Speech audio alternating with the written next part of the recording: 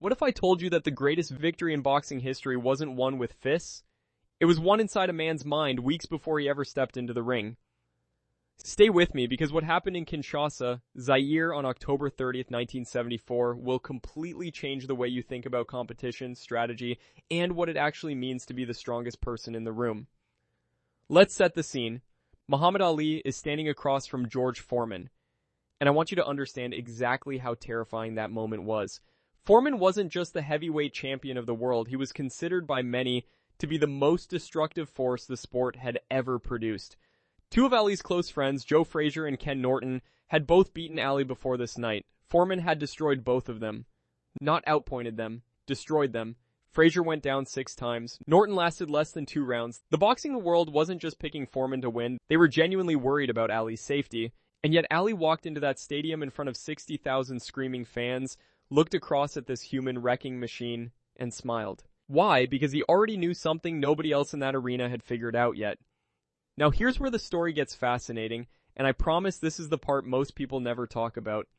In the weeks leading up to the fight, Ali wasn't just training his body, he was training his mind, and more importantly, he was studying Foreman's mind. He watched footage obsessively.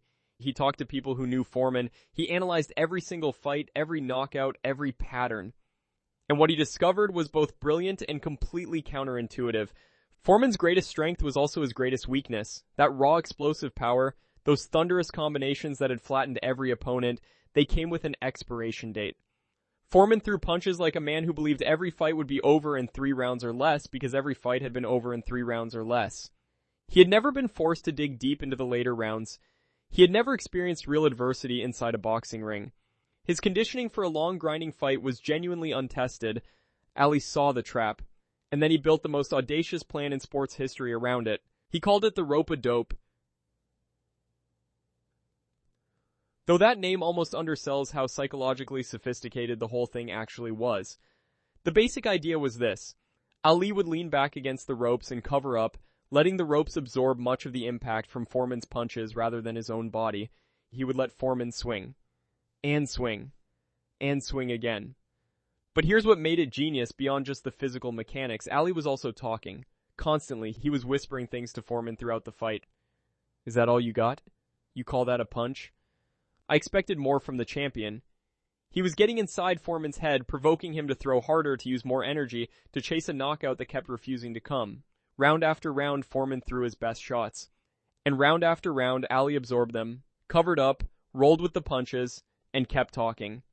From the outside, it looked like Ali was losing badly. His corner men were screaming at him to move to get off the ropes, convinced he was taking too much punishment. Even commentators thought Ali might be in serious trouble. But Ali knew exactly what he was doing. He could feel Foreman slowing. He could feel the power draining out of those punches with every passing minute. The crowd, the fear, the pressure, none of it mattered. He was executing a plan with surgical precision while one of the most dangerous athletes on earth tried desperately to knock him unconscious. Then came round 8. Foreman was exhausted in a way he had never experienced before in his professional career. His punches were still coming, but the devastation behind them was fading. And that's when Ali shifted. He came off the ropes, found his range, and started landing his own combinations with speed and accuracy that a tired man simply could not defend against. A right hand caught Foreman clean. Then another. Foreman stumbled, tried to grab the ropes, and went down. The referee counted him out. The stadium erupted into something beyond noise. It was pure disbelief mixed with absolute joy.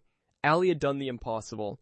He had taken on the most feared heavyweight in the world and beaten him using patience, psychology, endurance, and one of the most daring strategic gambles the sport has ever seen. And this is where I want you to slow down for a second and really absorb what this moment means beyond boxing.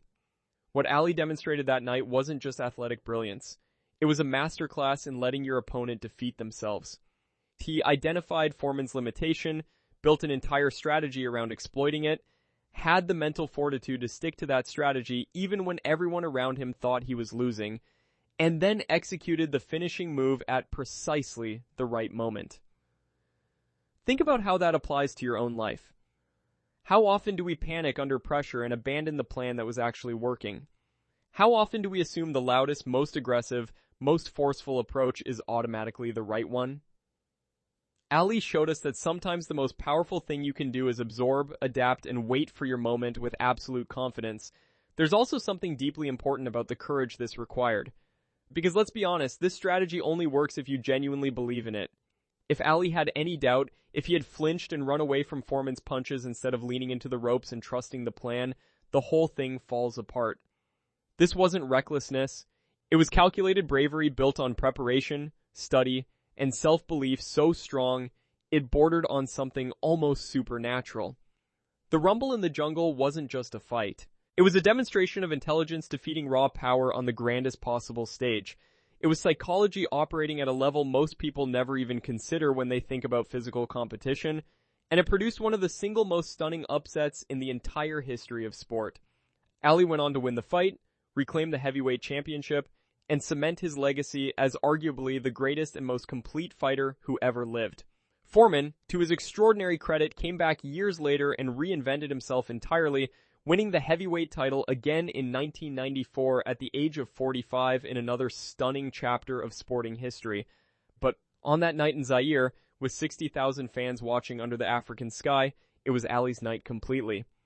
A man who had been banned from boxing for 3.5 years for refusing military service, who had lost some of his prime athletic years, who many believed was past his best, stood in front of the most dangerous opponent imaginable and produced one of the greatest performances human sport has ever recorded. The lesson isn't complicated, but it is profound. Strength isn't always about who hits hardest. Sometimes it's about who thinks clearest when the pressure is at its absolute maximum. Sometimes the person who controls the narrative, who stays calm while everyone else panics, who sticks to their strategy when the whole world is screaming at them to change it, that person is the most dangerous one in the room. Muhammad Ali knew that. He proved it on October 30th, 1974, and honestly, 5 decades later, we're still talking about it. If that doesn't tell you everything you need to know about the power of strategy over brute force, I genuinely don't know what will. Drop a comment telling me which part of this story hit hardest for you.